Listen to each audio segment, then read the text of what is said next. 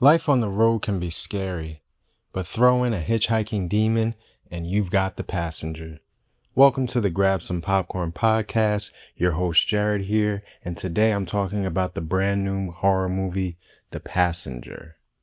This movie follows a young couple living life on the road who witness a horrific crash, only to leave the scene with more than they bargained for.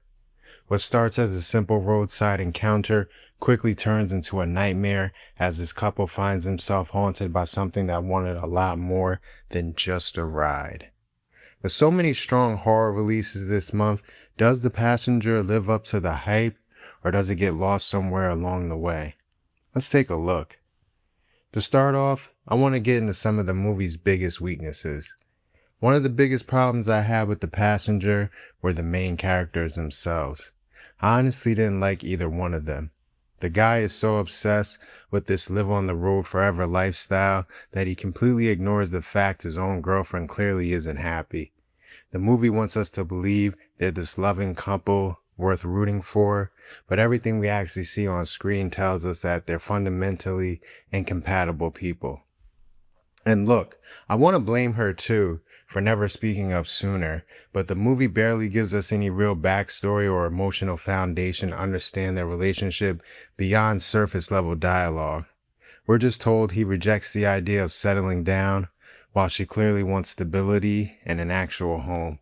That's not a small disagreement. That's two completely different lifestyles. What made it worse for me is the girl constantly refusing to communicate, even when the movie gives her opportunities to. At the RV convention, for example, she could have talked to people about what she was seeing or asked for help, but instead she stays quiet until the plot forces her to speak up. So by the end, when the movie tries to emotionally pull them back together because they survived this demon together, it feels forced instead of earned. And speaking of the demon, this thing was not scary to me at all. I'm sorry, but at certain points, it looked like Steven Tyler from Aerosmith on his worst night of his life. There are moments where I honestly was rooting for the demon more than the main characters because I felt so disconnected from them. The horror itself also felt weak. The movie relies too much on jump scares, loud sounds, and predictable camera setups instead of actually building tension or atmosphere.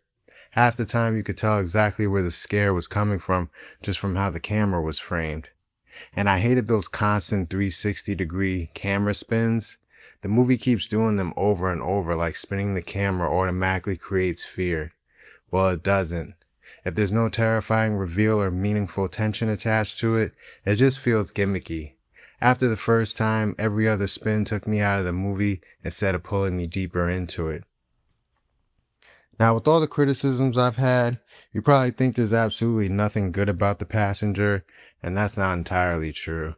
I do think the movie does have some genuinely tense moments, especially early on when the threat still feels mysterious.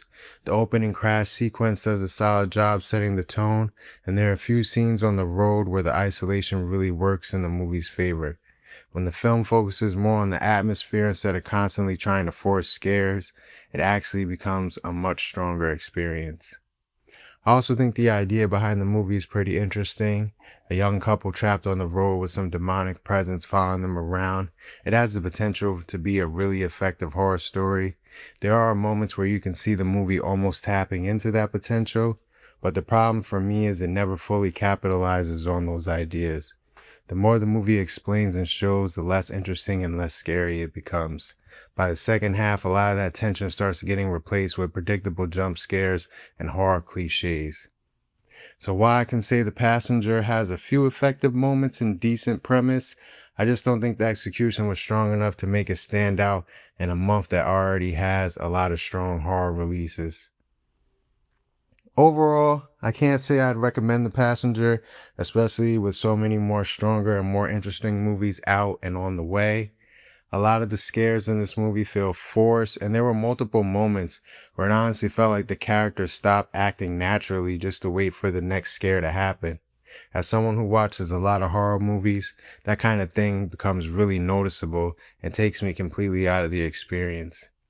There are a few tense moments here and there, and I can say that I appreciate the premise and some of the atmosphere the movie tries to build, but for me, the execution just wasn't there. I'm giving Passenger a 3 out of 10, and I can't say I personally recommend this one. That's all I've got for The Passenger, y'all. Be sure to leave a comment. Let me know what you thought of the review.